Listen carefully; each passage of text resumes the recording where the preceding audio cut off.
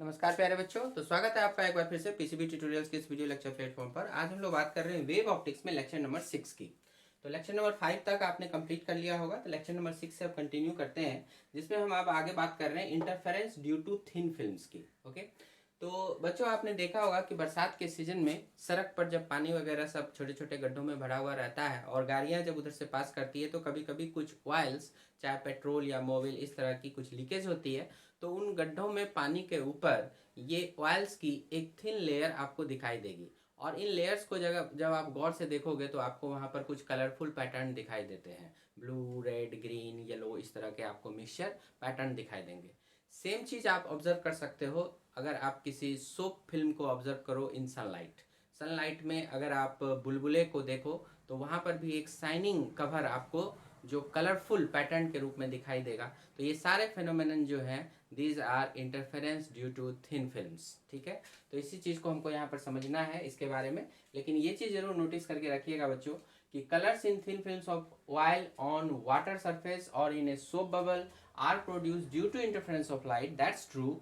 लेकिन इसके लिए जो थिकनेस होनी चाहिए थिन फिल्म की, for this the thickness of the film should be nearly 10,000 angstrom.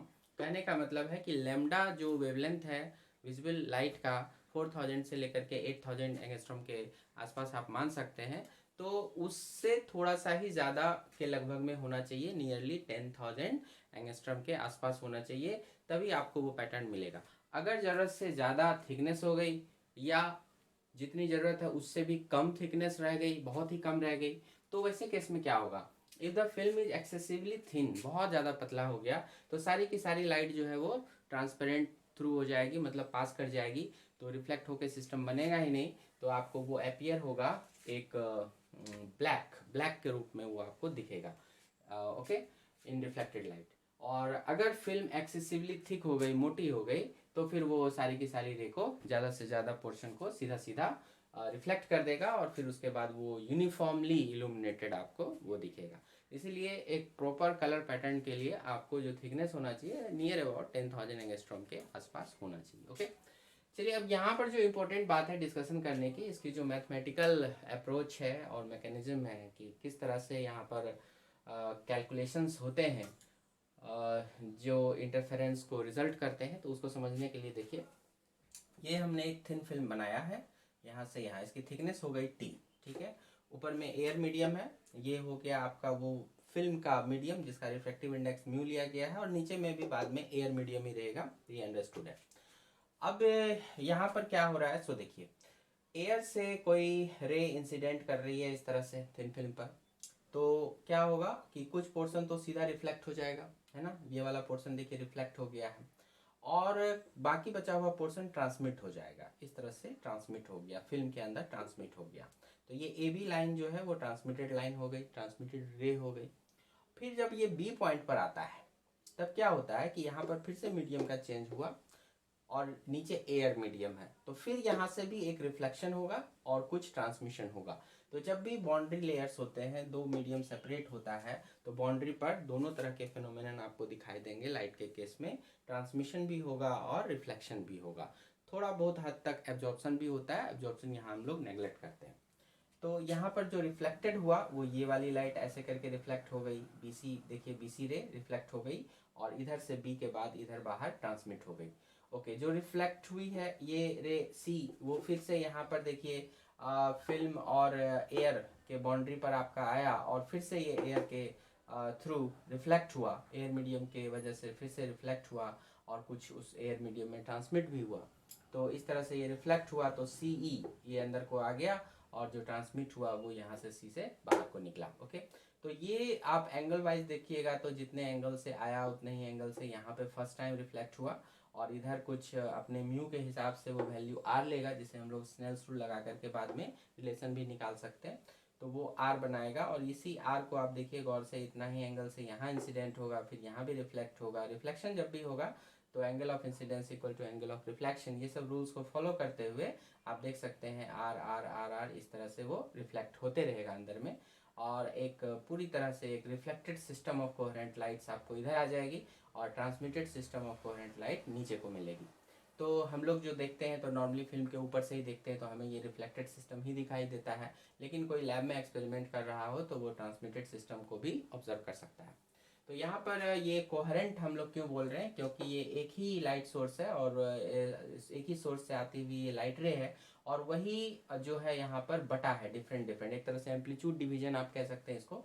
यही इंटेंसिटी जो है डिफरेंट डिफरेंट तरह से यहाँ एम्पलीट्यूड में या डिफरेंट इंटेंसिटीज़ में कन्वर्ट हुई है, लेकिन इनकी क्या है कि एक ही सिंगल सोर्स है तो फ्रीक्वेंसी इनकी सेम रहेगी। सो फ्रीक्वेंसी अगर सेम है तो फिर इन लाइट्स की या इनकी इनकी सबकी जो फ्रीक्वेंसी होगी वो सेम होगी, और इस वजह से ये जो होंगे कोहेरेंट की तरह बिहेव करेंगे, कोहेरेंट सोर्सेज की तरह बिहेव करेंगे। यहाँ पर बी और ई कोहेरेंट सोर्स की तरह बिहेव कर रहे हैं, यहाँ ए और सी कोहेरेंट सोर्स की तरह बिहेव कर रहे हैं, ठीक है। तो इसीलिए इनसे आने वाली जो भी लाइट्स रे होंगी इनके बीच में अब आपका इंटरफेरेंस पैटर्न, यहाँ कोई स्क्रीन रख दिया जाए तो उसको इंटरफेरेंस पैटर्न ऑब्जर्व होगा। तो अब यहाँ पर एक चीज़ और नोटिस करने की थी कि जैसे ये लाइट रे आई तो कुछ इधर रिफ्लेक्ट हो गई, बाकी इधर ट्रांसमिट हुई, फिर यहाँ पे रिफ्लेक्ट हुई, फिर यहाँ पे कुछ ट्रांसमिट हुई, फिर यहाँ रिफ्लेक्ट हुआ, और फिर यहाँ कुछ ट्रांसमिशन, और फिर यहाँ कुछ रिफ्लेक्शन हुआ।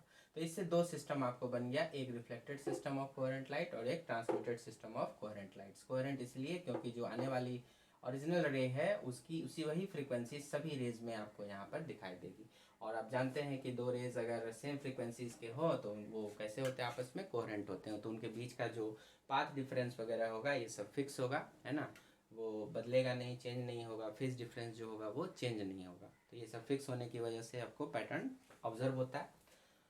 अच्छी बात। तो अब यहाँ पर हम लोग कुछ मैथमेटिकल कैलकुलेशंस को देख लेते हैं, जैसे कि स्नेल्स रूल एट ए पोजीशन पर लगाया गया। तो 1 से 2 में लाइट रे जा रही है तो हम 1 म्यू 2 लिखेंगे, जिसका मतलब मैंने आपको बताया था mu 2 by mu 1, and then you can put sine I by sine R, okay. तो उस हिसाब से म्यू 2 तो हमारा ये म्यू हो गया और म्यू 1 1 हो गया, और ये बन गया sine I by sine R. So sine I can be replaced with mu into sine R. तो ये एक बात हो गई। दूसरी बातें जो हमें यूज़ होगा यहाँ पे पार्ट डिफरेंस निकालने के लिए, वो यहाँ देखिए in triangle A B M, A B और एम, यहाँ पर ये छोटे से ट्रायंगल में हम लोग यहाँ पे ऑब्जर्व करेंगे, यहाँ पर ये आर एंगल के साथ कॉस आर को हम लोग यहाँ पे मेजर करेंगे।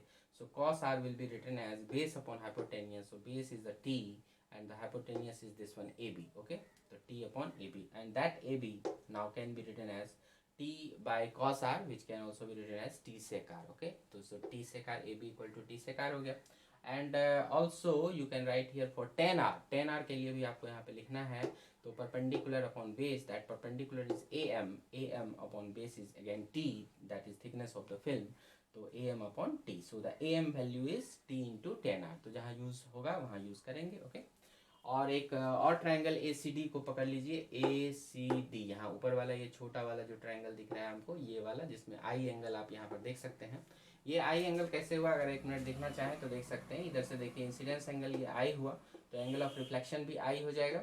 अब ये नॉर्मल और ये हॉरिजॉन्टल, तो इधर 90 माइनस आई और यहाँ से परपेंडिकुलर डाला गया तो ये 90।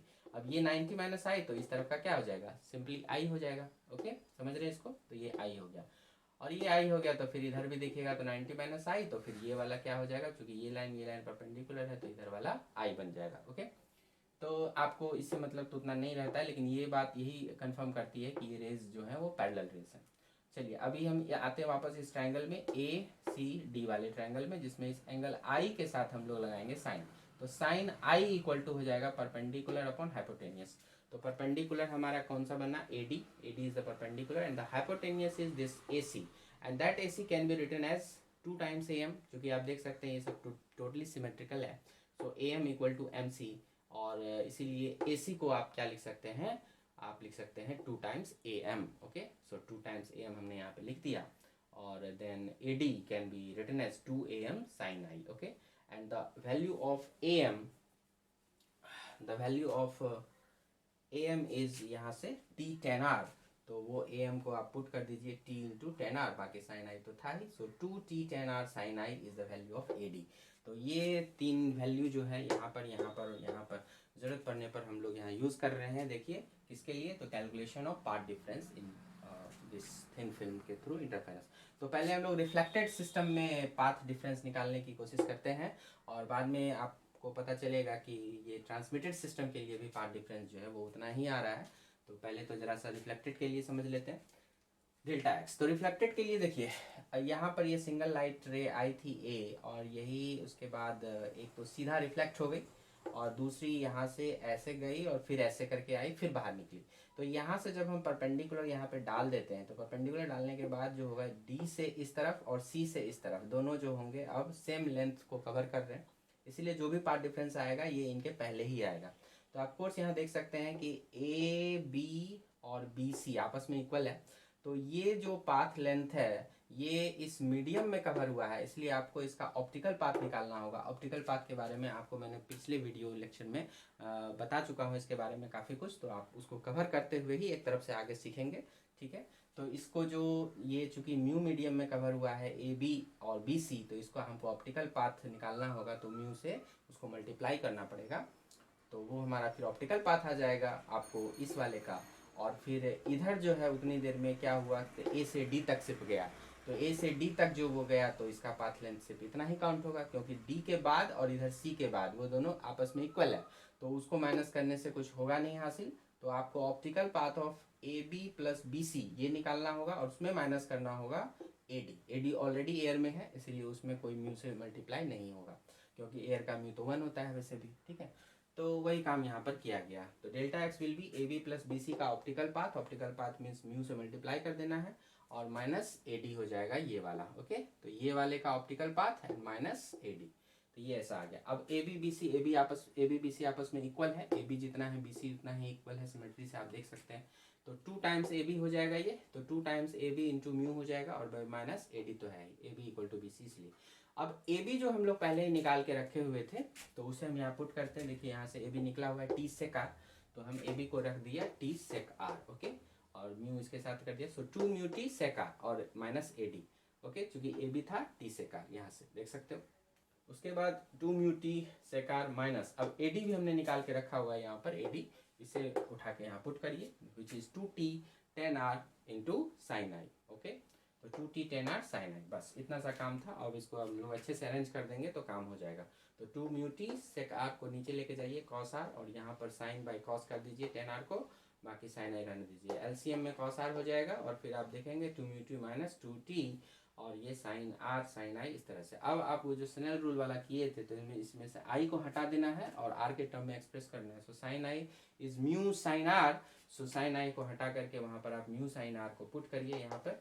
तो म्यू साइन आर जैसे पुट करेंगे और फिर आगे सॉल्व करेंगे तो 2 म्यू टी आपको यहाँ पर अब कॉमन आएगा, तो यहाँ 1 बचेगा और यहाँ पर आपका साइन स्क्वायर आर आ जाएगा। So 2 mu T into 1 minus sine square R, okay, divided by cos R, इस तरह से हो गया। और 1 minus sine square R is cos square R, simple है। तो 2 म्यू टी और 1 minus sine square R is cos square R, और डिवाइडेड बाय कॉस आर था तो एक कॉस आर हमारा कैंसिल होगा, एक कॉस आर बचेगा। So overall 2 mu T cos R आपका ये बच जाएगा, and which is the value of the path difference for this reflected system of coherent light का, ठीक है, that is 2 mu T cos R. बिल्कुल सेम पैटर्न से जब आप इधर ट्रांसमिटेड सिस्टम के लिए भी काम करेंगे तो आपको इतना ही आना है, 2 म्यू टी कॉस आर ही आएगा डेल्टा एक्स की वैल्यू। तो इसके लिए हम आपको अगर थोड़ा सा यहाँ पे हिंट करें तो देखिए गौर से, फॉर ट्रांसमिटेड सिस्टम के लिए अगर आपको डेल्टा एक्स लिखना होगा तो आप क्या क्या लिखेंगे। तो यहाँ से देखिए, यहाँ पर तो रे आई और ये ऐसे आई और फिर इधर चली गई सीधे, तो हम लोग को एक यहाँ से परपेंडिकुलर डालना पड़ेगा, उसी तरह से काम करना पड़ेगा। तो जितनी डिस्टेंस यहाँ ए डी की है उतनी ही डिस्टेंस यहाँ पर आपको आ जाएगी, इसको एफ मान लीजिए, तो इस बी एफ की, ओके, ये परपेंडिकुलर डाला गया। अब एफ से इधर और ई से इधर दोनों जो होंगे वो सेम डिस्टेंस को ट्रेवल करेंगे, इसीलिए उधर पाथ लेंथ बराबर आएगा, बस जो भी अंतर आएगा बस इसी डिफरेंस की वजह से आएगा। तो यहाँ पर एक वाला तो ये हो गया, इसका ऑप्टिकल पाथ में कन्वर्ट करना होगा, और उसके बाद ये तो ऑलरेडी एयर में है, और दूसरा जो लंबा वाला पाथ है उसको पहले लिखेंगे। तो लंबा वाला पाथ कैसे आ गया, यहाँ से यहाँ तक तो आ गया, उसमें भी आ गया, फिर ये वाला आया, फिर ये वाला आया। तो कहने का मतलब हुआ कि आपको लिखना होगा A B plus B C plus C E, इनका ऑप्टिकल पाथ न्यू टाइम्स यहाँ तक आ गया, ठीक है, यहाँ यहाँ और यहाँ, ओके, इसके ऑप्टिकल पाथ आ गए। इसमें माइनस करना होगा यहाँ ए बी का ऑप्टिकल पाथ मैंने ए बी टाइम्स म्यू, और ये वाला B F plus B F, ये ऑलरेडी एयर में था तो ये रहेगा आपका। और ये जो भी BF यहाँ पे आपने AD के बराबर ये जो भी निकाला हुआ है वही चीज़ यहाँ भी आपको निकल के आएगी, सिमिलर आएगा। क्योंकि R से अगर यहाँ पर है तो ये भी एंगल आपका इधर I ही बनेगा, और ये एंगल अगर इधर आपका I बना है तो उसी तरह से इधर 90 माइनस I और ये 90, तो फिर से ये I बन जाएगा, है ना। तो जो भी आपने यहाँ पर AD की वैल्यू निकाली है वही आपका BF के भी वैल्यू होंगे। So AD is same as 2t tan r and sin i है। तो यहाँ पर अब आप देख सकते हो, यहाँ पे देखो आप गौर से, ये AB म्यू वाला जो है टर्म वो कैंसिल हो जाएगा। जो बच गया BC plus CE times mu and minus BF। और अब आप फिर गौर से देखना, AB BC और C आपस में सभी इक्वल थे। AB was equal to BC was equal to C। So आप इसको वापस AB लिख दो, तो AB प्लस AB 2AB, तो 2AB म्यू, और BF को जैसा मैंने अभी आपको बताया वो AD के बराबर है, तो AD। तो अब आप देख सकते हैं 2AB times mu minus AD, देखिए 2AB times mu minus AD, तो सेम चीज़ में कन्वर्ट हो गया। और फिर सिमिलर प्रोसीजर के थ्रू आप यहाँ पर आओगे तो आपको सेम मिल जाएगा। तो this is also 2 mu T cos R, ठीक है। और ये हो जाएगा फॉर ट्रांसमिटेड सिस्टम ऑल्सो, ठीक है। तो अगर आप करना चाहो तो ऐसे कर सकते हो। तो जो भी रिफ्लेक्टेड सिस्टम हो या ट्रांसमिटेड सिस्टम हो, दोनों के लिए जो डेल्टा एक्स होगा वो 2 म्यू टी कॉस आर होगा, ओके। सो इम्पोर्टेंट है ये, और इसको लिख देंगे valid for both the transmitted as well as reflected system, ठीक है। और यहाँ ये चीज़ ध्यान में रखिएगा, ये हमने एयर लिया हुआ है, ये हमने ऑयल मीडियम लिया हुआ है, और वापस ये वाला एयर मीडियम है। अगर क्वेश्चन में कुछ चेंजिंग करता है तो फिर अप्रोप्रिएट चेंजिंग उसके हिसाब से देखना होगा। हालांकि फ़िलहाल तो अगर ऐसा सिचुएशन है तो पाथ डिफरेंस पर कोई चेंजिंग नहीं आएगी। और वैसा कोई रेयर केस रहा कि उसने कुछ इधर उधर किया तो फिर हम लोग को अकॉर्डिंगली सिचुएशन को मैनेज करना पड़ेगा, ठीक है। तो फिलहाल तो नॉर्मल सिचुएशन में ऐसा ही चलेगा। अब इसमें एक चीज़ और आप यहाँ पे नोटिस करेंगे, देखिए ये वाइल जो हुआ ये म्यू हुआ, म्यू कुछ भी होता है तो ग्रेटर देन 1 होगा, और एयर का जो म्यू है वो हमारा 1 है। तो इधर हो गया ऊपर में रेयर, ये हो गया डेंसर। तो यहाँ पर जब लाइट रे आई तो यहाँ डेंसर से इसको रिफ्लेक्शन मिला, डेंसर से जब रिफ्लेक्शन मिलता है तो फेज चेंज पाई हो जाता है, ठीक है। जो रिफ्लेक्टेड लाइट है उसका फेज इंस्टेंटली वहाँ पर पाई से एक्स्ट्रा चेंज हो जाता है, ओके। आपने ये चीज़ें पढ़ी होगी रिफ्लेक्शन ऑफ द वेव में, कि जब भी किसी डेंसर मीडियम से कोई भी वेव रिफ्लेक्ट करती है तो उसका फेज पाई से चेंज हो जाता है। सो यहाँ पर जो होगा इस वाले में पाई से चेंज होता है, तो यहाँ पर फेज चेंजेज बाई पाई इस वाले में। लेकिन देखिएगा इसमें कोई फेज चेंज नहीं होता, क्यों, देखिएगा ध्यान से, क्योंकि अभी ट्रांसमिशन हुआ तो ट्रांसमिशन में कोई फेज चेंज नहीं होता। फिर यहाँ पर जो रिफ्लेक्शन हुआ है वो एयर मीडियम से हुआ है, मतलब कि ये रेयर मीडियम से हुआ है। रेयर मीडियम से रिफ्लेक्शन होने पर फेज चेंज नहीं करता, तो फेज चेंज नहीं किया और फिर ट्रांसमिशन है, सो नो फेज चेंज। तो कहने का मतलब ये जो पार्ट डिफरेंस आपने निकाला दैट्स करेक्ट। इस पार्ट डिफरेंस के अकॉर्डिंगली जो फेज चेंज आएगा, जो फेज में डिफरेंस आएगा वो तो वैलिड रहेगा ही, लेकिन साथ में एक एक्स्ट्रा फेज चेंज आपको एक वाली लाइट में पाई का आ जाएगा, ठीक है। और इसकी वजह से क्या रिजल्ट होगा, इसकी वजह से ये रिजल्ट होगा कि जो सेंटर पे पहले मैक्सिमा बनता था अब वो मैक्सिमा ना बन के सेंटर पर मिनिमा बनेगा, क्योंकि कंडीशंस ही उलट जाएगी। मतलब सोचो ना कि जहाँ पर फेज डिफरेंस 0 था अब वहाँ फेज डिफरेंस एक्स्ट्रा पाई आ गया, है ना। तो पाई आ गया तो वो तो डिस्ट्रक्टिव इंटरफेरेंस का एग्जाम्पल हो गया, फिनोमेनन हो जाएगा वहाँ। सोचो कि जहाँ पर पाई था तो डार्क बनना चाहिए था, लेकिन अब इसमें एक्स्ट्रा पाई आ गया तो पाई प्लस पाई 2 पाई बन जाएगा, ठीक है। तो 2 पाई बन जाएगा तो फिर कंस्ट्रक्टिव का हो जाएगा। तो कहने का मतलब होगा कि इस सिस्टम में, रिफ्लेक्टेड वाले सिस्टम में आपको जो रिजल्ट मिलेगा इंटरफेरेंस पैटर्न का, मतलब यहाँ जो भी पैटर्न आपको मिलेंगे ये इस तरह से, इन दोनों लाइट का जब आप स्लिट से पास कराओगे, सामने स्क्रीन को रखोगे, है ना, तो ये सारा काम जब आप कराओगे तो आपको एक पैटर्न तो मिलेगा। तो ये पैटर्न में सेंटर पर आपको मिनिमा मिलेगा, तो इसको हम लोग लिखते हैं अपोजिट टू YDSE, ठीक है। Opposite to Y D S C का मतलब मैक्सिमा का simple Y D S C में जो मैक्सिमा का कंडीशन था वो यहाँ पर मिनिमा के लिए वैलिड हो जाएगा, और simple Y D S C में जो मिनिमा का कंडीशन था वो यहाँ पर मैक्सिमा के लिए वैलिड हो जाएगा, इसलिए इसको लिखते हैं opposite to Y D S C. और इस वाले में क्या होगा, इसमें कोई चेंजिंग नहीं होगा, transmitted system of coherent light में कोई चेंजिंग नहीं होती। तो क्यों, तो देखो यहाँ से लाइट आई, अब सीधे ट्रांसमिट हुई, कोई फेज चेंज नहीं। यहाँ रिफ्लेक्शन हुआ भी तो रेयर से हुआ, तो रेयर से हुआ तो कोई चेंज नहीं। फिर रिफ्लेक्शन हुआ तो ऊपर में फिर से एयर, तो फिर से रेयर से हुआ, फिर कोई चेंज नहीं। और फिर ट्रांसमिट हुआ तो फिर कोई चेंज नहीं, तो ना कोई चेंज इसमें फेज का, ना कोई फेज चेंज इसमें। तो बाकी जो भी पार्ट डिफरेंस के हिसाब से जो भी फेज चेंज होगा वही वैलिड होगा। तो एक्स्ट्रा कुछ चूंकि नहीं है इसीलिए यहाँ पर आ जाएगा same as Y D S C. ठीक है, अब इन्हीं बातों को थोड़ा हम लोग अच्छे से लिख देते हैं कि आपको आगे करना क्या है, कैसे है, और फिर उस पर जो सवाल है थोड़ा बहुत उसको भी देखना है। तो क्लियरली बच्चों एक बार फिर से हम लोग यहाँ पर रिपीट करते हैं। ये हमारा थिन फिल्म हो गया, इसकी थिकनेस टी हो गई, इस तरह से लाइट रे जो इंसिडेंट हुई यहाँ पर कुछ एंगल आई से, तो यहाँ पर ये रिफ्लेक्ट हो गई, तो यहीं पर क्या हुआ, इसका फेज जो है रिफ्लेक्शन का, तो इसका फेज पाई से चेंज हो जाता है। ठीक है, तो एक्स्ट्रा फेज चेंज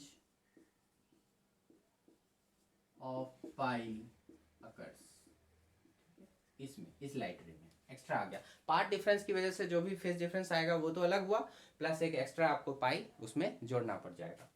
फिर क्या हुआ कि जो बाकी बची हुई लाइट थी ये सब तो सब रिफ्लेक्ट करेगा नहीं, कुछ ट्रांसमिट भी होगा, तो ट्रांसमिट हुआ, इस सरफेस पर आया, और फिर यहाँ से ये रिफ्लेक्ट गया, और फिर यहाँ पर ये ट्रांसमिट हुआ। तो इसमें आप देखिए ट्रांसमिशन हुआ, और यहाँ रिफ्लेक्शन हुआ भी तो किससे हुआ, रेयरर मीडियम से। ठीक है, एयर मीडियम जो होता है वो रेयरर मीडियम है, यहाँ ऑयल मीडियम है which is denser medium. Okay, तो डेंसर मीडियम, तो डेंसर मीडियम से जब रिफ्लेक्शन होगा तभी फेज चेंज होता है पाई का, याद रखना, अदरवाइज कहीं नहीं होता फेज चेंज। तो ये हो गया ऊपर में भी रेयरर मीडियम। तो नॉर्मल केस यही होता है, अगर कुछ स्पेशल केस देगा तो फिर हम लोग अकॉर्डिंगली जैसा क्वेश्चन में देगा उसके हिसाब से बात करेंगे। फिलहाल एयर, ऑयल और एयर ऐसा केस लेते हैं।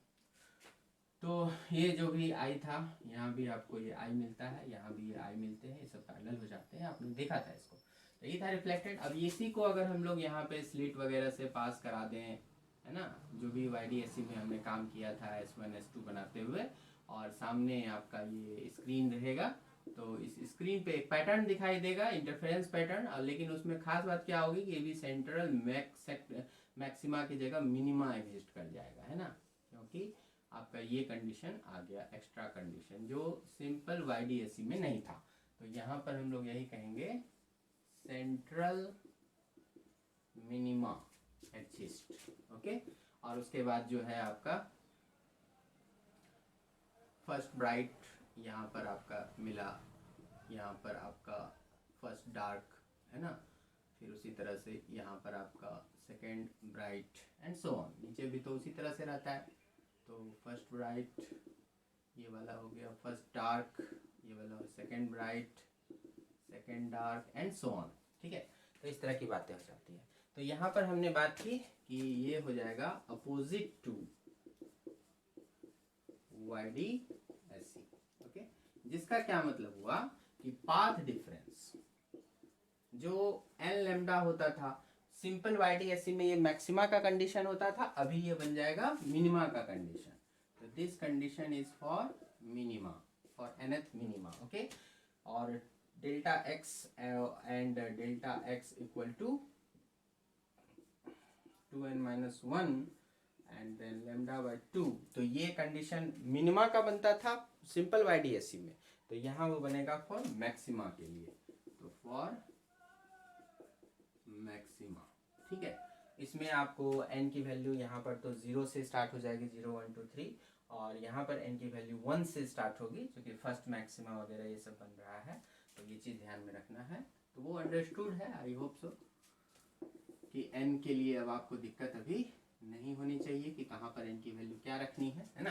तो यही इसी का मतलब हो गया ये opposite to YDSC, delta x उस तरह से चला जाएगा। तो n लैम्डा हो जाएगा फॉर मिनिमा के लिए, और 2n-1 हो जाएगा लैम्डा बाय 2। तो इन जनरल ये डेल्टा एक्स, या फिर ऐसा करिए वेयर डेल्टा एक्स क्या है, तो हमने अभी पीछे प्रूफ किया है 2 mu T cos are, okay 2 mu T cos R, ठीक है। तो हेंस इन जनरल, यहाँ पर आप फिर से इसको लिखेंगे इन जनरल और रिफ्लेक्टेड सिस्टम ऑफ लाइट क्या हो जाएगा 2 म्यू टी कॉस आर, है ना। तो हम पहले मैक्सिमा के लिए ही लिख देते हैं, तो for maxima 2 mu T cos R, जो कि डेल्टा एक्स की वैल्यू होगी, that will be 2n minus 1 lambda by 2, okay. इस कंडीशन को सेटिस्फाई करना पड़ेगा, वेयर n जो होगा हमारा ये 1 2 3 4 इंटीजर इस तरह से चलेगा, ओके 1 से स्टार्ट होगा। और फॉर मिनिमा, मिनिमा के लिए अगर लिखिएगा तो वही 2 म्यू टी कॉस आर जो डेल्टा एक्स की वैल्यू है, that will be N lambda, okay, जहाँ n की वैल्यू क्योंकि इसमें सेंट्रल मिल रहा है, सो 0 के लिए, फिर 1 2 3 4, ठीक है, इस तरह के entry. 0 stand for central, for central minima, this is for central minima, ये चीज़ें चलेगी। अब उसी तरह से ट्रांसमिटेड सिस्टम के लिए भी आपको सवाल आते हैं। तो ये जो लाइट रे यहाँ पर आई, अब ये तो सारी की सारी जो आई वो तो नहीं जाएगी रिफ्लेक्ट, कुछ ट्रांसमिट भी होगी, है ना, जितनी भी इंटेंसिटी बची हो ट्रांसमिट तो होगी। उसी तरह से यहाँ पर जो लाइट गई वो सब की सब ट्रांसमिट तो नहीं होगी, कुछ रिफ्लेक्ट भी करेगी, और फिर उसी तरह से यहाँ पर फिर से रिफ्लेक्शन भी होगा कुछ का, और कुछ का ट्रांसमिशन भी हो जाएगा। तो ये वाला जो सिस्टम बनेगा ये ट्रांसमिटेड सिस्टम बनेगा, और इसमें कहीं भी फेज चेंज एक्स्ट्रा पाई का नहीं हो रहा है, क्योंकि देखो यहाँ पर ट्रांसमिशन हो रहा है तो ट्रांसमिशन में फेज चेंज नहीं होता, और यहाँ रिफ्लेक्शन हो भी रहा है तो रेयर से हो रहा है, तो रेयर से रिफ्लेक्शन होने पर कोई फेज चेंज नहीं होता। सो फेज चेंज जिसका भी नहीं हुआ, फिर यहाँ पे रेयर से रिफ्लेक्शन हुआ तो फिर कोई फेज चेंज नहीं हुआ, और फिर ट्रांसमिशन हुआ तो कोई फेज चेंज, तो ना फेज चेंज इसमें दिखा ना इसमें दिखा। बाकी जो इनके बीच का डेल्टा एक्स था वो हमारे पास है 2 म्यू टी कॉस आर के रूप में, तो वो डेल्टा एक्स फिर से, तो यही चीज हो जाएगा आपका ट्रांसमिटेड सिस्टम ऑफ लाइट, ठीक है। और इसमें जो रिजल्ट हमने बताया था आपको, तो अब वो वही, चूंकि कोई भी एक्स्ट्रा इसमें फेज चेंज का झंझट नहीं है, इसीलिए ये हो जाएगा सेम एज YDSE। मतलब YDSE में जो मैक्सिमा का कंडीशन था एन लेमडा, वो यहाँ भी रहेगा। तो for maximas and delta x is 2n minus 1 lambda by 2 का जो कंडीशन था फॉर मिनिमा, तो वो यहाँ भी आपको वैलिड रहेगा, जहाँ delta x same as 2 mu T cos are, okay. तो 2 म्यू टी कॉस आर आपको एज इट इज रहेगा। तो यहाँ भी आप लिख सकते हैं for transmitted system of light, तो जो डेल्टा एक्स है वो क्या है 2 म्यू टी कॉस आर है, इक्वल टू एन लेमडा हो जाएगा। ये हो जाएगा फॉर मैक्सिमा, ठीक है बच्चों। जहाँ मैक्सिमा है तो आपका वही एज इट इज, यहाँ पर जो आप स्लिट्स के थ्रू इनको भेजते हुए और ये स्क्रीन को लगाओगे तो सेंटर पर एज यूजुअल मैक्सिमा मिलेगा, फिर मिनिमा मैक्सिमा मिनिमा मैक्सिमा, जैसा हमें YDSE में मिलता था वैसा ही मिलेगा। तो यहाँ पर बस एक चीज मेंशन कर देंगे, सेंट्रल मैक्सिमा इज प्रेजेंट, ठीक है, या central bright is present, okay. तो सेंटर है तो सेंटर पर 0 1 2 3 4 इस तरह से चलेगा। और फॉर मिनिमा मैंने जैसा YDSE में सिंपली चलता था वही चीज रहेगा। सो 2 म्यू टी कॉस आर, तो this is 2n minus 1 lambda by 2, और यहाँ पर चूंकि फर्स्ट से स्टार्ट होता है, first dark second dark third dark, यहाँ पर फर्स्ट ये सेंट्रल ब्राइट हो गया, फिर first dark D1, second dark D2 and so on, इसी तरह से तो डार्क 1 2 3 से चलेगा। तो ये सारी चीजें थी जो YDSE में था, वही चीज रिपीट हो जाती है। So this is known as same as YDSE, ठीक है। तो यही चीज़ें हैं और इस चीज़ को आपको याद रखना है, ध्यान में रखना है, तो इससे आपके न्यूमेरिकल्स भी बनेंगे। तो कैसे न्यूमेरिकल्स होते हैं आइए अब उनको देखते हैं। आइए बच्चों अब देखते हैं कुछ क्वेश्चंस। तो calculate the minimum thickness of A soap bubble film कह रहा है जिसका म्यू दिया हुआ है 1.33 that results in constructive interference in the reflected light. तो रिफ्लेक्टेड लाइट में कंस्ट्रक्टिव हो रहा है, ये ध्यान रखिएगा, ये रिफ्लेक्टेड लाइट सिस्टम है और कंस्ट्रक्टिव की बात की गई है। तो एंड वेवलेंथ आपको दिया हुआ है। तो वी नो दैट ऐसे केसेस में 2 mu T cos r equal to, ये डेल्टा एक्स था और ये रिफ्लेक्टेड सिस्टम है और ये कंस्ट्रक्टिव है। कंस्ट्रक्टिव है तो अपोजिट टू आईडीएसई होगा, अपोजिट टू आईडीएसई में 2n-1 लेमडा बाई 2 का कंडीशन चलेगा, यही हमने सीखा था। अब ये बोलता है कि मिनिमम थिकनेस बताना है। तो मिनिमम थिकनेस के लिए आपको करना क्या होगा, n की वैल्यू 1 रखनी पड़ेगी कम से कम, ठीक है। मिनिमम थिकनेस रिक्वायर्ड के लिए आपका जो, चूंकि देखिए n अगर बढ़ाइएगा तो t भी बढ़ेगा, तो t मिनिमम हो इसके लिए n आपका वो भी मिनिमम, और मिनिमम जो होगा वो 1 रखना होगा, है ना। तो इसमें वही करते हैं, for t minimum put n equal to 1। First bright की आप बात करेंगे, ओके, क्योंकि सेंटर पर तो डार्क ही बनता है। चलिए, और दूसरी बात कि आप इसमें r की वैल्यू देखिए, क्वेश्चन में जब r की वैल्यू नहीं दिया हुआ रहे ना तो इसको नॉर्मल इंसिडेंस माना जाएगा। नॉर्मल इंसिडेंस करने का मतलब i की वैल्यू 0 तो r भी हो जाएगी 0, ओके। तो क्वेश्चन में जब कुछ भी मेंशन ना करे एंगल ऑफ इंसिडेंस या एंगल ऑफ रिफ्लेक्शन के लिए, तो आपको i और r दोनों क्या रखना है, यहाँ पर 0 रखना है। तो यहाँ पर आपको r को 0 पुट करना है, ये ध्यान रखिएगा।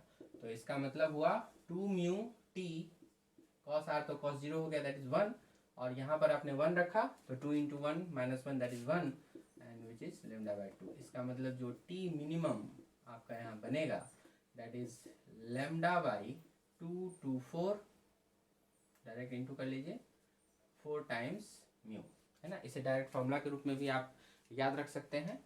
तो यहाँ पर t मिनिमम ही बिठा दीजिए, तो 2 mu t minimum equal to lambda by 2, okay. तो ये वाला कंडीशन आ जाएगा एंड देन 4 म्यू। अब इसी को आप सॉल्व कर दीजिए। तो लेमडा आपको दिया हुआ है 600 nanometre and this is 4 and the mu value is 1.33, okay. तो 1.33, तो इसको जब आप सॉल्व करेंगे तो आप पाएंगे दिस इज ऑलमोस्ट 112.78, और ये नैनोमीटर एज इट इज रह जाएगा। तो आप इसको खुद से एक बार चेक कर लीजिएगा, ठीक है। ऑप्शन होता तो अप्रॉक्सीमेट करके हम लोग निकाल लेते हैं, अदरवाइज कुछ ऐसा आ रहा है, ठीक है। तो इसको आप चेक कर सकते हैं। चलिए, तो नेक्स्ट प्रॉब्लम क्या है उसको भी पढ़िए। यहाँ पर थोड़ा सा यहाँ पर सिचुएशन को चेंज किया गया है, सो देखिए क्या चेंजिंग है। इन solar cells A silicon solar cell जिसका म्यू वैल्यू दिया हुआ है 3.5 is coated with a thin film of silicon monoxide. Silicon oxide monoxide का भी म्यू दिया हुआ है जो कम है 1.45। तो सिचुएशन देखिए कुछ ऐसा हो गया, एक थिन फिल्म आपकी आ गई सिलिकॉन मोनोऑक्साइड की और ये सिलिकॉन के ऊपर आ गई, और सिलिकॉन जो है यहाँ पर सिलिकॉन सोलर सेल, इसकी खुद की म्यू की वैल्यू है 3.5, और जबकि ये वाला म्यू जो है ये है हमारा 1.45। तो ऊपर तो कम है नीचे ज़्यादा है, ठीक है, ये ध्यान रखिएगा। Coated with a thin film इस तरह से हो गया। अब क्या है, to minimise reflective losses from the surface, तो ये सिलिकॉन से जो है रिफ्लेक्टिव लॉस कम से कम हो इसके लिए ये थिन फिल्म यहाँ पे डाला जाता है। तो determine the minimum thickness of silicon oxide that produces the least reflection. तो ये प्रोड्यूस करेगा क्या, लीस्ट रिफ्लेक्शन को। लीस्ट रिफ्लेक्शन मतलब क्या हो गया, डार्क बनना चाहिए, ठीक है, मतलब मिनिमा का कंडीशन आ गया। At a wavelength of 550 nanometre, ठीक है, near the centre of visible spectrum. तो जो भी स्पेक्ट्रम बनेगा रिफ्लेक्टेड सिस्टम में, तो उसके सेंटर के आसपास आपका कहता है कि वहाँ पर एक क्या होना चाहिए, लीस्ट रिफ्लेक्शन मतलब डार्क बनना चाहिए, मतलब डार्क बनने का कंडीशन। तो उसके लिए ये मिनिमम थिकनेस क्या हो, ठीक है। तो ये टी आपसे वही चीज़ पूछा जा रहा है। तो इसमें देखिए ध्यान देने वाली बात क्या होगी, जैसे रे आएगी तो ठीक है रिफ्लेक्ट हुआ, फेज पाई से चेंज किया, बाकी ट्रांसमिट हुआ और फिर यहाँ पर रिफ्लेक्ट हुआ। तो ध्यान देने की बात क्या है कि यहाँ पर देखिए ये म्यू आपका इससे ज़्यादा है तो ये फिर से डेंसर बन चुका है। अभी यहाँ पे रेयर था और इसके रिस्पेक्ट में ये डेंसर था, तो डेंसर से रिफ्लेक्शन हुआ तो पाई से चेंज हो गया। अब फिर जो ये रे आया तो इससे फिर ये भी डेंसर है, इसके रिस्पेक्ट में ये वाला डेंसर हो गया, तो फिर डेंसर से रिफ्लेक्शन हो गया, तो फिर से पाई का यहाँ पर चेंजिंग आ गया और पाई का चेंजिंग आया और फिर ये आपको बाहर ट्रांसमिट हुआ, यही है आपका वो रिफ्लेक्टेड। तो यही पाई का चेंजिंग आपको यहाँ इसमें कंटिन्यू मिलेगा। मतलब कि दोनों वेव में जो है इस बार पाई के चेंजिंग आ गए, जो आपने नॉर्मल थ्योरी में नहीं पढ़ा था, क्योंकि नॉर्मल थ्योरी में यहाँ पर एयर हुआ करता था, है ना, तो इसलिए एक में ही पाई का चेंज होता था तो अपोजिट टू वाईडीएससी आता था। अब दोनों में पाई के चेंजेस आ गए, इसका मतलब सेम एज वाईडीएससी आएगा, तो ये चीज़ ध्यान में रखिएगा यहाँ पर, तो सेम एज वाईडीएससी। तो सिंपल वाईडीएससी में जो भी मैक्सिमा का कंडीशन था वही वैलिड होगा। ओके, मतलब क्या, तो डेल्टा एक्स बराबर एन लेमडा फॉर मैक्सिमा और डेल्टा एक्स बराबर 2n-1 by lambda by 2 for minima.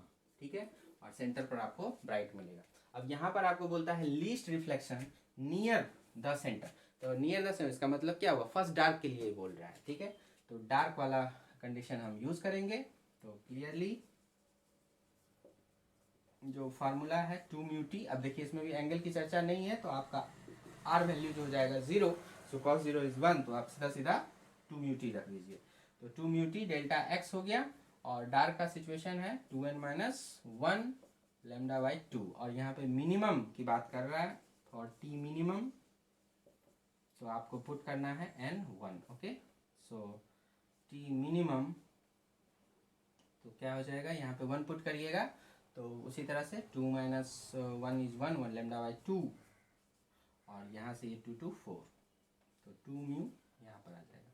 So lambda by 4 mu जो ऊपर का ये इक्वेशन था वो यहाँ भी वैलिड रह जाएगा, है ना। तो इस तरह से सवाल को अच्छे से पढ़ के आपको अरेंज करना पड़ेगा और फिर आप सही रिजल्ट तक पहुँच सकते हैं। अब कुछ नहीं, वैल्यू को रख दीजिए जो भी पुट करना है। लेमडा आपका दिया हुआ था 550 nanometre divided by 4 times mu, तो म्यू कौन सा, तो देख लीजिए ये वाला मीडियम में काम हुआ है, देखते हैं ना, इसी में गया है आया है, तो ऑप्टिकल पाथ लेंथ इसी से चलेगा, इससे कोई मतलब है नहीं, ये बस इसलिए दिया है ताकि समझ सके कि ये डेंसर हो गया, डेंसर से रिफ्लेक्शन हो गया, तो ये वाला म्यू चलेगा 1.45 बस। तो इसको अब आप अपना सॉल्व कर दीजिए और जो आना होगा सो आ जाएगा। तो ये आपको ऑलमोस्ट आ जाता है 94.8 नैनोमीटर के आसपास आपका ये आंसर बता रहा है। ठीक है, तो आप एक बार चेक कर लीजिएगा। तो यही इसका प्रोसीजर है। और भी सवाल है, देखिए इसको। ऑलराइट बच्चों, बड़ा इंटरेस्टिंग सवाल है, देखिए इसको। A parallel beam of white light falls on a thin film whose refractive index is equal to 4/3। Refractive index दे दिया 4/3। द एंगल ऑफ इंसिडेंस देखिए यहाँ पर आपको दे रहा है 53 डिग्री। तो याद रहे आपको 2μt cos r, r का यहाँ पर वैल्यू इनडायरेक्टली दिया हुआ है, आई से निकालना पड़ेगा आपको। तो what must be the minimum film thickness if the reflected light is to be coloured yellow. Yellow का आपका लेमडा दे दिया। मोस्ट इंटेंसिवली, मोस्ट इंटेंसिवली का मतलब मैक्सिमा बन रहा होगा। तो रिफ्लेक्टेड सिस्टम ऑफ लाइट है और मैक्सिमा की बात की जा रही है। ओके, तो ध्यान दीजिएगा। तो ये एक रिफ्लेक्टेड लाइट सिस्टम हो गया और मैक्सिमा की बात हो गई।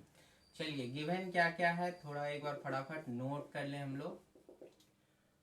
रिफ्रैक्टिव इंडेक्स दिया हुआ है 4/3 यूज करेंगे। Angle of incidence I is 53 degree. ठीक है, और जरूरत पड़ने पर बोलता है 1053 4/3 आप यूज करेंगे जरूरत पड़ने पर। What must be the minimum thickness, T minimum पूछा जा रहा है। If the reflected light is, तो रिफ्लेक्टेड सिस्टम हो गया। रिफ्लेक्टेड सिस्टम का मतलब ही हो गया अपोजिट टू वाईडीएससी, तो ये ध्यान में रखना है। और लेमडा, लेमडा है हमारा 0.6 माइक्रो -6 मीटर, और ये इसके मिनिमम, अच्छा इन मोस्ट इंटेंसिवली, तो मैक्सिमा की बात कर रहे हैं, तो फॉर मैक्सिमा। ठीक है, तो मैक्सिमा के लिए अपोजिट टू वाईडीएससी, मैक्सिमा के लिए जो डेल्टा एक्स चढ़ेगा अपोजिट टू वाईडीएससी, तो 2n-1 लेमडा बाई 2। और चूंकि टी मिनिमम का कंडीशन है तो आपको पुट करना होगा n1, तो मतलब डेल्टा एक्स n1 करते ही ये बन जाएगा लेमडा बाई 2। तो डेल्टा एक्स लेमडा बाई 2, और डेल्टा एक्स क्या, तो 2 म्यू टी कॉस आर, ठीक है, बराबर लेमडा बाई 2। तो यहाँ आपको करना क्या होगा, बेसिकली कॉस आर निकालना है। तो चलिए काम करें। तो देखिए लाइट रे आई 53 डिग्री का इंसिडेंस लिए हुए और कुछ आर बनाए, ओके, 1 2, 1 से 2 में गया, म्यू 2 बाई म्यू 1, साइन आई की जगह 53, आर आपका यहाँ रह गया म्यू 2, ये वाला मीडियम जो कि म्यू है, बाकी ये तो एयर था। बाकी साइन 53 देखिए वो इसी के लिए दिया कि tan 53 अगर आपको पता है तो साइन 53 भी आपको पता चल जाएगा। तो ऐसे तो आपने इसको कई बार पढ़ा होगा, लेकिन फिर भी आपको समझा देता हूँ एक बार फिर से। तो tan 53 का एक राइट एंगल ट्रायंगल बना लो, यही 4 यही 3, तो ये हो जाएगा 5, जरूरत नहीं है लेकिन फिर भी आपको बता दूँ ये 37 आता है। खैर अब आपको जैसे साइन 53 चाहिए तो क्या हो जाएगा, परपेंडिकुलर अपॉन हाइपोटेन्यूज, तो 4/5 हो जाएगा। तो 4/5 और यहाँ पर साइन आर हो गया, ठीक है। तो साइन आर इधर आ गया, 4/5 बाई म्यू हो गया, तो 4/5 और म्यू की वैल्यू हमारी थी 4/3, तो यहाँ पर 4 है, ऊपर में 3 है, कट गया, 3/5 हो गया। So this sine r is 3/5, तो इसलिए आर आपका बन जाएगा 37 डिग्री। ये चीज़ ध्यान में रखिए। कैसे कहा, क्योंकि देखिए यहाँ पर साइन 37 आप निकालिए, साइन 37 तो परपेंडिकुलर अपॉन हाइपोटेन्यूज, देख रहे हैं 3/5। तो ये सब डेटा अगर याद रखिएगा तो हेल्पफुल हो जाता है। तो 35 आया, इसका मतलब आर इज 37। तो बस कुछ नहीं करना आपको, यहाँ पर ये 37 फुट होगा, और cos 37 कितना, तो उसके लिए भी ये ट्रायंगल यूज हो जाएगा। cos 37 base upon hypotenuse that is 4/5, तो 4/5 को हमको यहाँ पर cos r की जगह यूज करना है, ठीक है। सो फाइनली यहाँ पे लिख देता हूँ, किसी दूसरे कलर से आ जाइए। सो आपको टी मिनिमम चाहिए था, तो this is lambda by 224 times mu 4 mu और cos r, okay, cos r, ठीक है। इसी फार्मूला से t equal to lambda by 2 × 2 4 mu cos r, ओके। तो t minimum 4 mu cos r, तो लैम्डा हमारा कितना था 0.6 micrometre, that is this one, तो 0.6 micrometer by 4, and the value of mu is 4/3, and the cos r that is cos 37 that is 4/5, 4/5, ठीक है। तो इसी सब को आपको सॉल्व करना है। 15 9, तो ऊपर हो गया 9 डिवाइडेड बाय 64, ये चीज़ हो गई, ठीक है। और इसको अगर आप सॉल्व करेंगे तो 90/64 10⁻⁻7 इस तरह से लिख सकते हैं, ओके। और अब इसको सॉल्व करेंगे तो देखिए पॉइंट में क्या निकल के आता है, ठीक है बच्चों। तो इसको अगर हम सॉल्व करते हैं तो इस तरह से डिवाइड करना पड़ा 90/64, तो जो ऑलमोस्ट 1.406 आ रहा है। सो इस तरह से 1.406 × 10⁻⁷ आता, तो साइंटिफिक फिगर यही है। लेकिन अगर माइक्रोमीटर में लिखना चाहते हैं, जो क्वेश्चन माइक्रोमीटर में दिया है, जब नैनोमीटर में देता है तो नैनोमीटर में ही आंसर करते हैं, माइक्रोमीटर दिया तो माइक्रोमीटर में ही अगर आंसर करना चाहो तो इसको -6 बनाना है, तो आपको ये पॉइंट इधर लाना पड़ेगा, तभी एक जीरो उसको जाके -6 बनाएगा, तो 0.14 माइक्रोमीटर इस तरह से आप लिख सकते हैं, है ना, 0.1406 इस तरह से ऑलमोस्ट आ जाएगा आपको।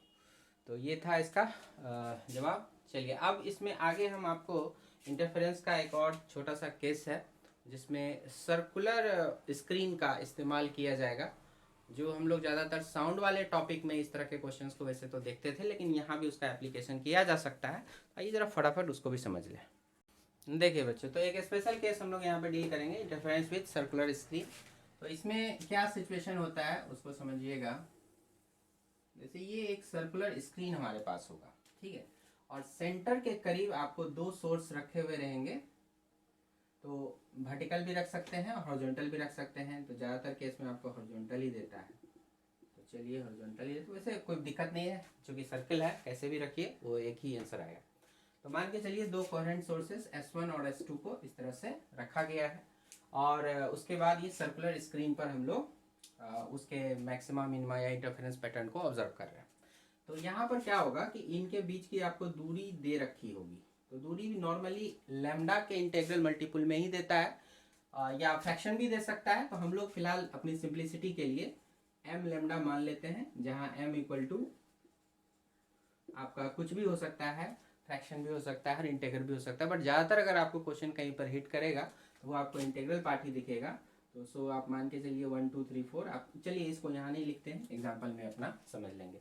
ये एम लेमडा हो गया, जहाँ एम एनी नंबर हो गया। चलिए अब उसके बाद क्या होगा कि लाइट रे जो यहाँ से आएगी इधर, तो अगर मान लीजिए ये इंटीग्रल मल्टीपल है तो चलिए वही ले ही लेते हैं, क्योंकि एनालिसिस करने में फिर आसानी हो जाती है।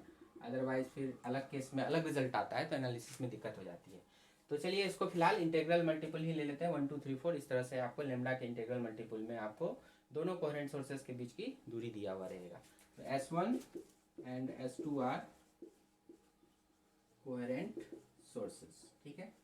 साउंड में ए वाला काफ़ी फेमस है, बट इसको लाइट में भी अप्लाई किया ही जा सकता है। अब आपको बताना होता है कि ये पैटर्न पर कहाँ पर मैक्सिमम बनेगा, कहाँ पर मिनिमा बनेगा, इस तरह की चीज़ें पूछी जाती है। तो इसके ऐसे सवालों को कैसे सॉल्व करें। देखिए अगर ये लेमडा के मल्टीपल में है, चाहे 1 हो 2 हो 3 हो 4 हो, तो इतना तो जाहिर है कि यहाँ से जो रेस सीधी गई है और यहाँ से जो सीधी गई है वो सीधे यहाँ पर जा करके मैक्सिमम फॉर्म करेगी। तो हम लोग इसको ब्राइट लिखते हैं बी से, ठीक है। वो निश्चित रूप से वहाँ ब्राइट फॉर्म करेगी और उसी तरह से इधर भी आएगा, तो यहाँ भी आपका ब्राइट फॉर्म हो जाएगा। और उसी तरह से अगर पार्ट डिफरेंस 0 का मामला हो तो यहाँ पर और यहाँ पर एकदम सिमेट्रिकली आपको ये सारे ब्राइट्स के पोजीशन मिल जाया करेंगे, ठीक है। बाकी ब्राइट्स के लिए क्या करना होगा, अब हमें ये देखना होगा इन जनरल, मान के चलिए यहाँ से कोई एंगल थीटा पर हम ऑब्जर्व करना चाहते हैं इस पी पॉइंट के लिए कि यहाँ पर अगर ब्राइट बने तो क्या कंडीशन हो। तो उसके लिए तो वही है, यहाँ से इसको मिलाइए और यहाँ से इसको मिलाइए, है ना। और ये आपको मैं बता दूं कि इसकी जो रेडियस होगी ये काफ़ी ज़्यादा होगी विथ रिस्पेक्ट टू ये जो भी सोर्सेस के बीच के डिस्टेंस है उससे काफ़ी ज़्यादा होती है। तो उसकी वजह से ये सब जो भी एंगल्स हैं वो बराबर ही आ जाएंगे, आपको थीटा एज इट इज आ जाएगा। यहाँ से परपेंडिकुलर आपको डाला जाएगा पार्ट डिफरेंस निकालने के लिए। तो ये मान लीजिए m, ठीक है। तो S2P और MP ये आपस में इक्वल हो जाएंगे और इधर ये जो बच गया यही आपका पार्ट डिफरेंस हो जाएगा। तो यहाँ तो एंगल जो थीटा है ये तो आपको पूरा सर्कुलर पैटर्न पर इस तरह से घूमना है। तो 0 से 90 तक जो भी बातें होंगी वही बातें फिर सिमेट्रिकली इधर भी हो जाएगी। तो हम लोग सिर्फ एक पार्ट के लिए कैलकुलेट करेंगे। तो यहाँ पर ये एंगल जो है 0 से 90 तक कुछ भी हो सकता है, तो मतलब ये कहने का एंगल यहाँ छोटा नहीं होगा, इसीलिए theta almost equal to tan theta या साइन थीटा ऐसी चीज़ों का इस्तेमाल नहीं कर सकते यहाँ पे। तो theta is larger as any value between 0 to 90। अब यहाँ पर देखिए इसमें क्या होगा कि ये चूंकि काफ़ी दूर था इसीलिए इसे भी आप थीटा कह सकते हैं, या फिर ऐसे समझ सकते हैं कि ये यहाँ पर आपने परपेंडिकुलर डाला तो ये भी यहाँ पे परपेंडिकुलर हो जाता है इसके साथ, और ये थीटा है तो फिर ये 90 हो गया, तो ये 90 माइनस थीटा, और यहाँ भी परपेंडिकुलर डाले थे तो यहाँ 90 माइनस थीटा, तो यहाँ पर थीटा हो जाता है, ठीक है। और वैसे भी दूर है तो ये सारी लाइन पैरेलल ही चली आती है, तो ये थीटा तो ये भी थीटा, और उसी तरह से चाहोगे तो ये भी थीटा निकल जाता है। चलो अभी यहाँ पर क्या है, ये अगर थीटा हो गया और ये दूरी m लेमडा है S1 S2, तो उसके रिस्पेक्ट में हमें ये डिस्टेंस S1m मिल जाएगा। डेल्टा x जो यहाँ पर बना path difference, here path difference delta x जो बना है हमारा वो S1m इस तरह से जो बना वो m लेमडा के टर्म में लिख सकते हैं। देखिए ये वाले है और ये थीटा है तो कॉस लगा करके लिख सकते हैं ना, तो ये हाइपोटेनियस हो गया एक तरह से, ये 90 है। तो इसको आप ऐसे समझो ना कि कॉस थीटा अगर आप लिखते इस वाले ट्रायंगल में, कौन सा ट्रायंगल, S1 S2 M, ठीक है। अगर आप कॉस थीटा लिखते हो तो क्या लिखोगे इस वाले थीटा के हिसाब से, तो बेस आपका delta x by hypotenuse S1 S2। तो आपका देखिए ना डेल्टा एक्स निकल के आ रहा है ना S1 S2 कॉस थीटा, ठीक है। तो वही कह रहा हूँ जिसके साथ थीटा है कॉस लगा के घूम जाओ। सो S1m is delta x that is S1 S2 cos theta, और S1 S2 को एज इट इज आपने कहा m लेमडा है, सो m लेमडा ही रखिए और डेल्टा एक्स इस तरह से आपका रह जाएगा। अब देखिए ध्यान देने वाली बात, फॉर मैक्सिमा या ब्राइट, तो हमने क्या पढ़ा है कि delta x must be equal to n lambda where n is 0 1 2 3 4 इस तरह से हमारा स्टार्ट होता है। तो यहाँ पर डेल्टा एक्स तो आया है m lambda cos theta and this is n lambda. So हमारा देखिए लेमडा कैंसिल आउट हो गया, तो कोई भी वेवलेंथ आप यूज़ करेंगे सेम रिजल्ट आएगा। So cos theta equal to n by m, तो ये इसका की पॉइंट है, ठीक है, मेन गाइडिंग इक्वेशन है।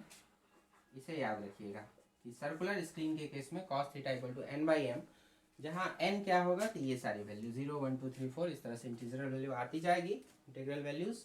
और एम क्या होगा तो वो आपको क्वेश्चन में दिया हुआ रहेगा, वो चाहे 1 हो 2 हो 3 हो या कभी कभी फ्रैक्शन भी आपको दे सकता है, ठीक है। तो जो भी रहेगा हम लोग को पुट करेंगे। अब हम लोग इसको एक एग्जाम्पल के थ्रू समझते हैं।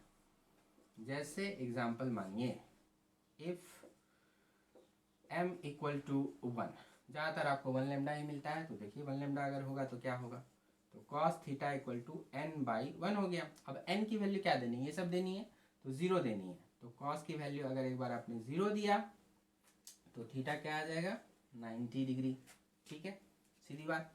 उसी तरह से फिर कॉस थीटा नेक्स्ट आपका n का वैल्यू ये कब आएगा, जब n इज 0।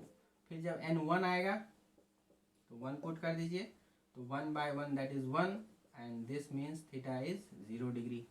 तो बस 0 से लेके 90 तक ही थीटा रह सकता है। तो इसका मतलब जब m हो 1, मतलब कि 1 लेमडा की दूरी होगी, तो आपको एक ब्राइट आपको 0 पे दिखाई देगा, एक 90 पे दिखाई देगा। तो 0 पे दिखाई दिया मतलब यहाँ दिखाई दिया, और 90 पे दिखाई दिया मतलब यहाँ दिखाई दिया। अब बस ये दोनों मिल गए एक क्वाड्रेंट में, तो अब वही सिमेट्रिकली इधर भी होगा। अब यहाँ यहाँ जैसे दिखा तो वहाँ वहाँ ऐसे दिख जाएगा, वही चीज़ ऐसे दिख जाएगी और वही चीज़ ऐसे दिख जाएगी। मतलब 4 ब्राइट बनेंगे, और डार्क जो बनेगा वो फिर इन्हीं के बीच में कहीं पर बनेगा। अगर आपको डार्क का पोजीशन चाहिए तो फिर यहीं से फॉर मिनिमा, मतलब कि पोजीशन ऑफ डार्क, तो क्या होना चाहिए delta x 2n-1 lambda by 2, इस तरह के फंक्शन में आने का m lambda cos theta 2n-1 lambda by 2, lambda तो हट गया, तो कॉस थीटा आपका चला आएगा 2n-1 और फिर यहाँ पर देखिए बाई 2m, ठीक है। और यहाँ पर n की वैल्यू जो होगी वो पुट होगी 1 2 3 4 इस तरह से, ठीक है, क्योंकि फर्स्ट डार्क सेकेंड डार्क ऐसे बनता है। सो आप जब 1 डालेंगे तो 1 आ जाएगा यहाँ पर, 1 डालेंगे तो 2 into 1-1 that is 1 by 2m, है ना। और फिर m जैसा अकॉर्डिंगली सिचुएशन होगा, वो जैसे कि आप m डाले, तो देखिए मैं आपको बता ही दूँ, तो ये दोनों हो गए ब्राइट के लिए, और उसी तरह से फॉर डार्क के लिए देखिएगा, तो डार्क के लिए m1 है, m1 हो गया, तो 1 हो गया, तो 2n-1 बाई 2, ठीक है, m1 हो गया। अब n को यहाँ पे रखिए 1 रखिएगा, तो 1 रखे तो क्या हो गया हाफ हो गया, तो हाफ हो गया तो थीटा क्या हो गया, कॉस थीटा इज हाफ, तो 60 डिग्री हो जाएगा। इसका मतलब ऐसे केस में जब ये 1 लेमडा हो तो 60 डिग्री पे आपको यहाँ पर डार्क दिखाई देगा। तो उधर से भी 60 डिग्री, इधर से भी 60 डिग्री, इधर से भी 60 डिग्री, इधर से भी 60 डिग्री, है ना, इस तरह का आएगा। क्या और मिलेंगे, तो देखिए 2 रख के देखिए, तो 2 इंटू 2 4, 4-1 3, 3 बाई 2 हो जाएगा। तो 3 by 2 is not accepted. Cos theta की वैल्यू कुछ भी होगा तो 1 से तो कम ही होना चाहिए, तो वो जब एक्सेप्ट नहीं होगा तो छोड़ देंगे। तो ऐसे ही वैल्यू रखते जाएंगे और देखेंगे जहाँ तक एक्सेप्ट होगा वो एक्सेप्ट करेंगे, उसके हिसाब से आएगा।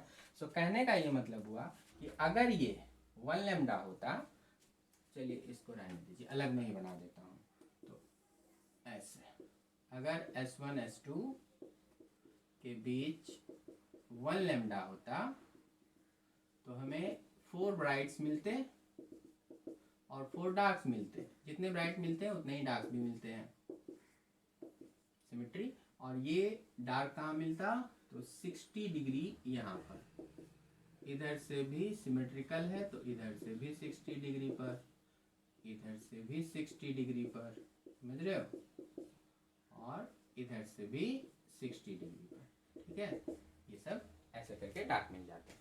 अब उसी तरह से m अगर 2 करते आप, ठीक है, तो m अगर 2 करते तो इस फिगर को मैं मिटा देता हूँ ताकि मैं फिर से आपको m बराबर 2 पर सिचुएशन समझा पाऊँ। तो next example, if m equal to 2, ठीक है, तो फॉर ब्राइट के लिए हम लोग पोजीशन देखेंगे, तो कॉस थीटा, ये वाला फॉर्मूला उठाएंगे n/m, तो n/2 हो गया। अब इसी में पुट करेंगे n की वैल्यूज, तो n की वैल्यू 0 1 2 3 ब्राइट में तो चलती है।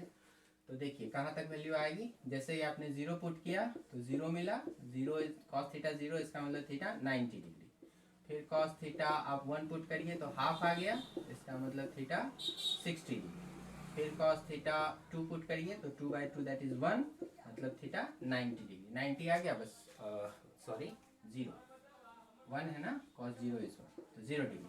तो जैसे ही आप 0 तक आ गए फिर स्टॉप हो जाना है। तो इसी से अब आपका ब्राइट के पोजीशंस मिल जाएंगे। तो कहाँ हो गए ब्राइट के पोजीशंस भाई, तो देखिए, तो ये देखिए S1 S2 हो गया और M2 मतलब 2 लैम्डा हो गया इस बार इनके बीच का डिस्टेंस। तो जाहिर सी बात है, देखिए थीटा 0 बोला तो यहाँ से 0, तो 0 मतलब यहाँ पर, और फिर कहाँ बोला 60 डिग्री पर, 60 डिग्री पर ये भी ब्राइट ही जाएगा, और फिर 90 डिग्री पर, तो यहाँ देखिए यहाँ पर आ जाएंगे।